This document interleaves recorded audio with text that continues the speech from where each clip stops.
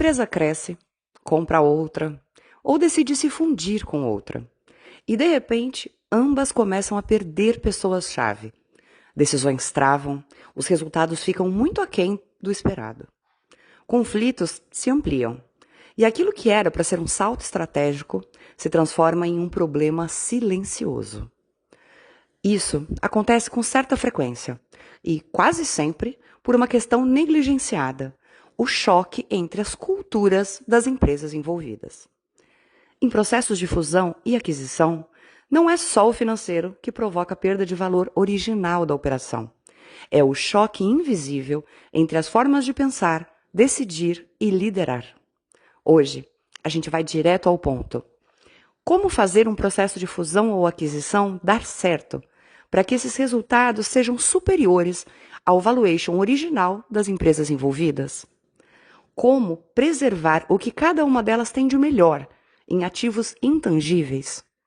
E como evitar a perda tanto de conhecimento crítico quanto de talentos ao longo desse processo? Se você lidera pessoas ou atua em RH, você está conectado ao ponto central dessa questão.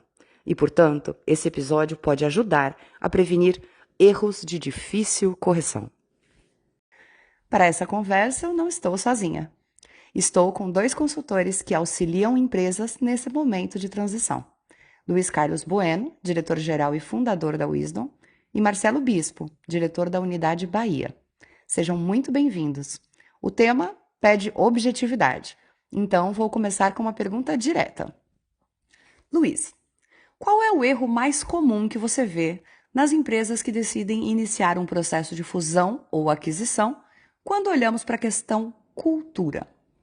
Eu diria que o erro mais comum é tratar cultura como algo secundário, quase como se o merge entre as empresas envolvidas, que vai necessariamente entre as culturas, fosse uma consequência natural da integração.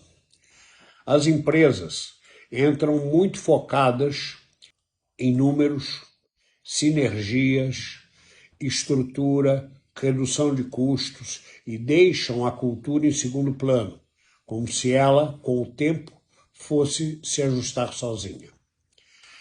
Isso acontece? Acontece. Mas a cultura não é passiva.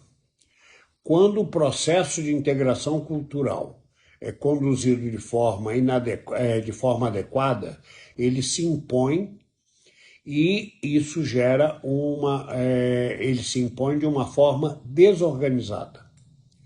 Outro ponto crítico é não fazer um diagnóstico real das culturas envolvidas. O due diligence olha para os valores declarados, mas não para os comportamentos do dia a dia. E é aí que mora o problema. Então, na prática, o erro não é tratar cultura como algo secundário, é subestimar o impacto que ela tem na implementação da estratégia. Ou seja, se o processo de integração cultural não for conduzido de forma adequada, ele poderá acontecer da pior maneira possível. Marcelo, no dia a dia, quais são os sinais claros de que o processo de integração cultural começa a dar errado? Boa pergunta, Aline. Na realidade, os sinais eles aparecem muito rapidamente. Porém, eles não são percebidos nem são associados no início como decorrente de um processo de choque cultural. Quando os facilitadores do processo de gestão da mudança em uma organização não se dão conta dos aspectos relevantes culturais envolvidos, o que se observa é uma situação de entropia, ou seja, de desordem, de desgaste, em vez daquelas sinergias almejadas e às quais o Luiz se referiu. Daí, em lugar de integração entre culturas, vemos verdadeiros choques entre essas culturas. Importantes produções acadêmicas que eu tenho observado, tenho acompanhado, elas têm se aprofundado nas questões da fenomenologia cultural, ou seja, dos aspectos comportamentais envolvidos em processos de fusões e aquisições.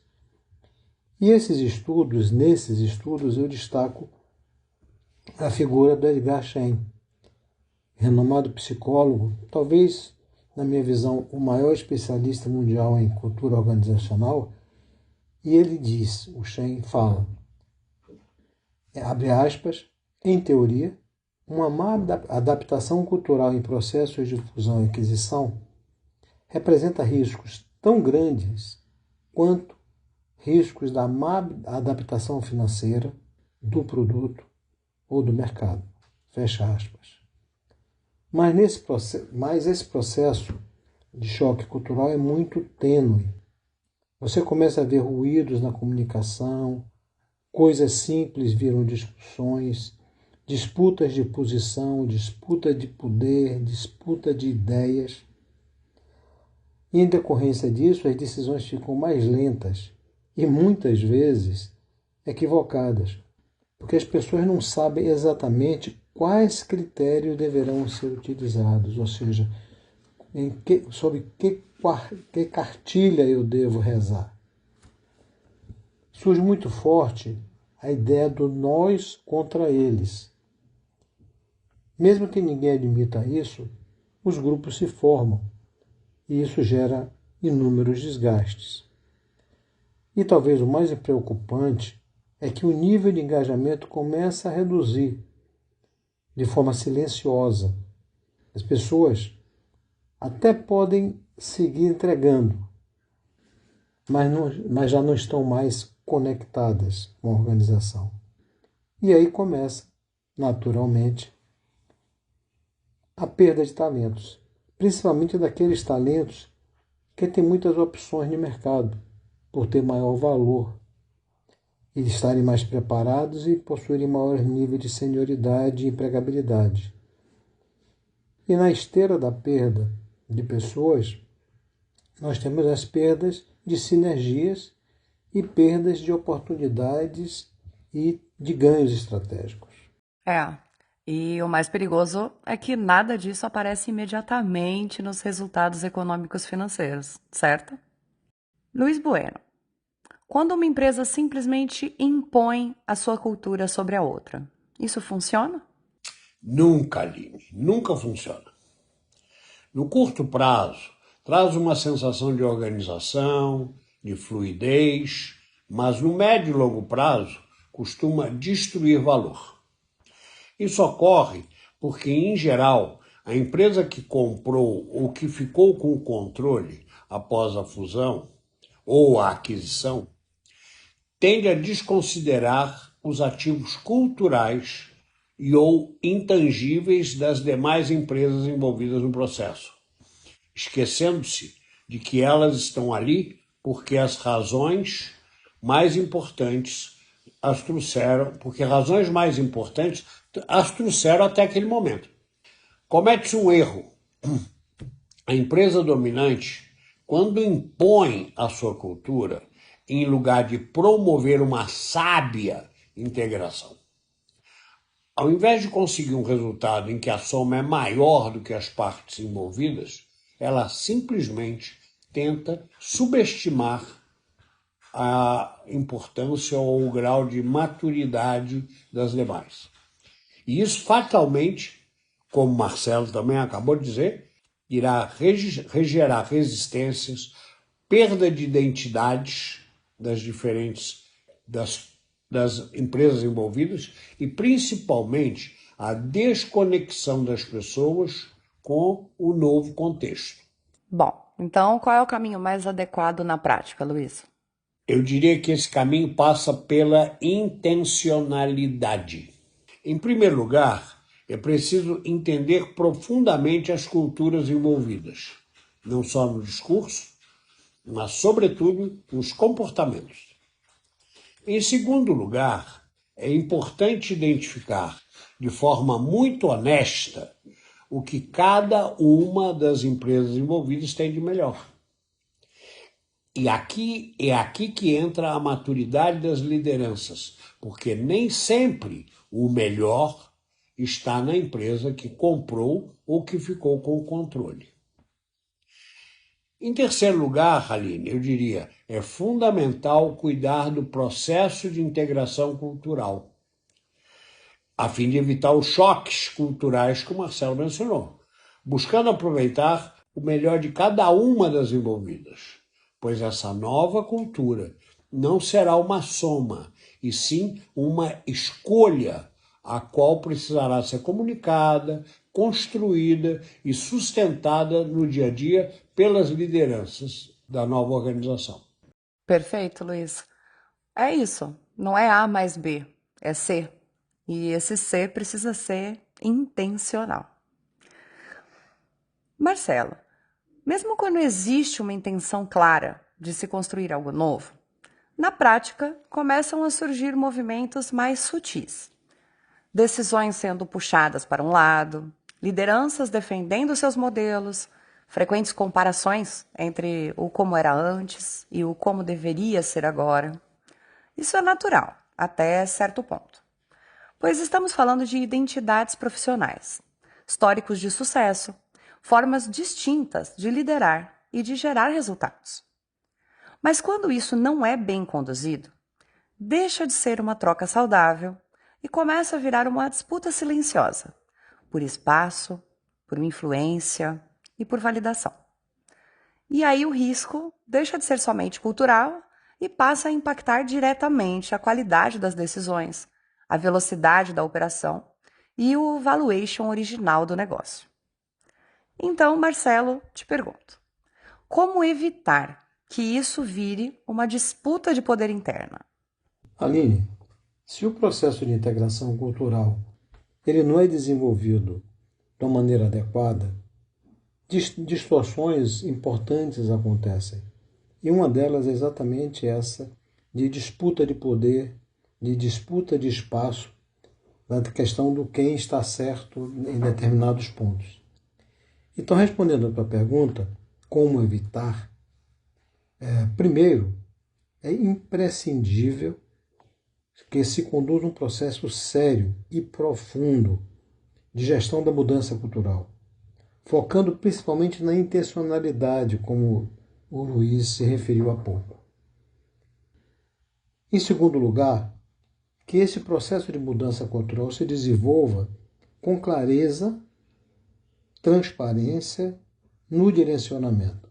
Se a liderança maior não deixar claro para onde a nova empresa estará indo, o espaço naturalmente será ocupado por disputas que podem se transformar em um tipo de fogo amigo, o que é muito comum, infelizmente. Terceiro ponto, que haja muito critério. As decisões precisam estar baseadas no que irá gerar resultado, o que irá gerar mais resultado, e não em quem tem a influência, ou seja, o foco deve ser no que é certo e não em quem está certo. E um quarto ponto, transparência é a palavra. As pessoas precisam entender o porquê das escolhas. Quando isso não acontece, a percepção coletiva passa a ser: ganhou quem tinha mais força, mas não ganhou a melhor solução.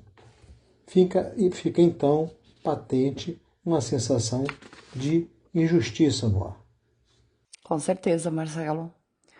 Bom, eu gostaria de falar agora sobre perda de talentos e de conhecimento. Luiz Bueno, direto ao ponto. Por que tantas empresas perdem talentos em processos como esses? Porque os seres humanos preferem ficar em suas zonas de conforto. Ora, processos de aquisição ou fusão geram muitas incertezas e nós, seres humanos, reagimos muito mal às incertezas. Quando não existe comunicação clara, as pessoas começam a criar as suas próprias narrativas, usando uma expressão que de alguns anos para cá no Brasil se fala muito, criar narrativas. Bom, soma-se a isso o medo de perder espaço, as mudanças que ocorrem na liderança, as alterações na dinâmica das relações de interface. E você terá um ambiente, consequentemente, de insegurança. E o que acontece com os talentos mais críticos?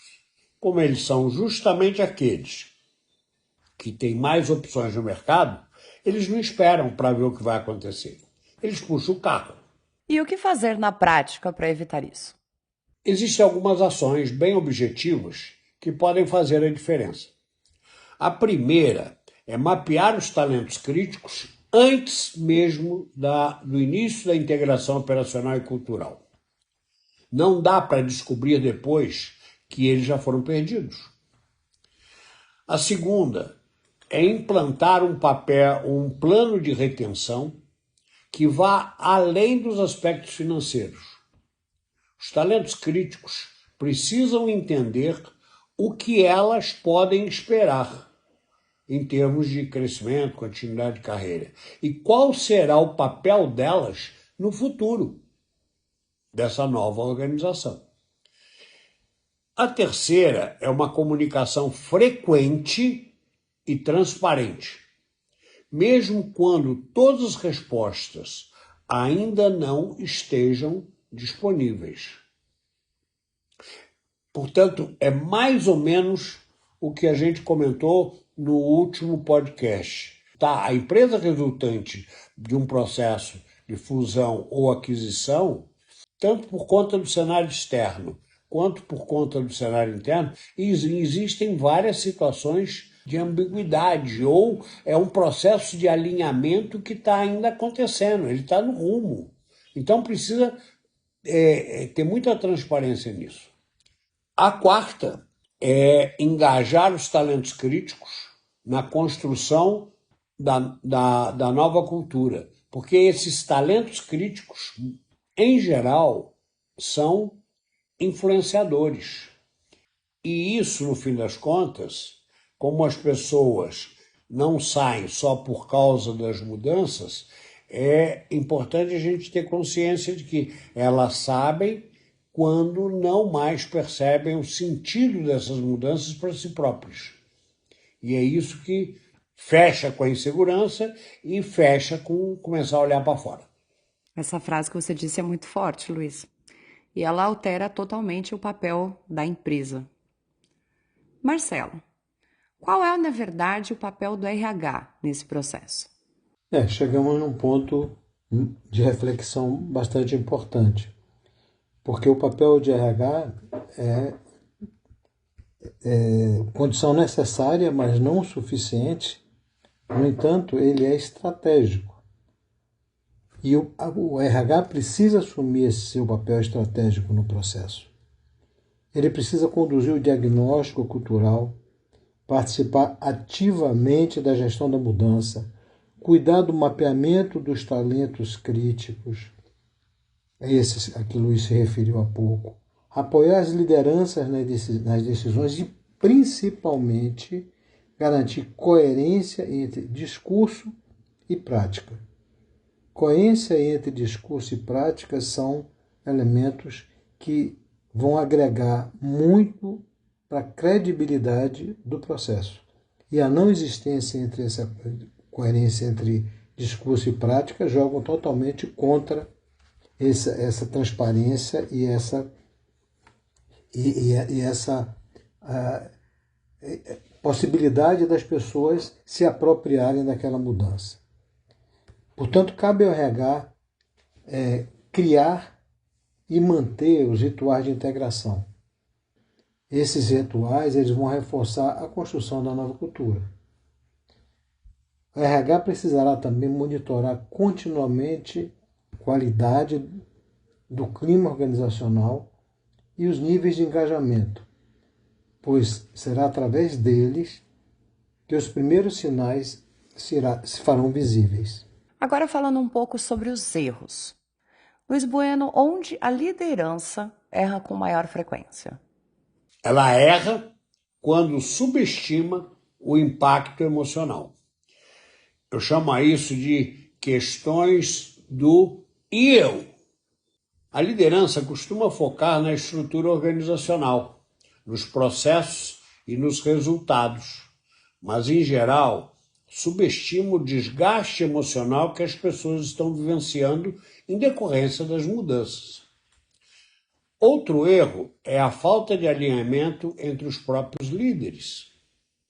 E talvez o principal é o não dar o exemplo. Cultura, gente, e todos os nossos ouvintes sabem disso, não é o que está escrito na intranet.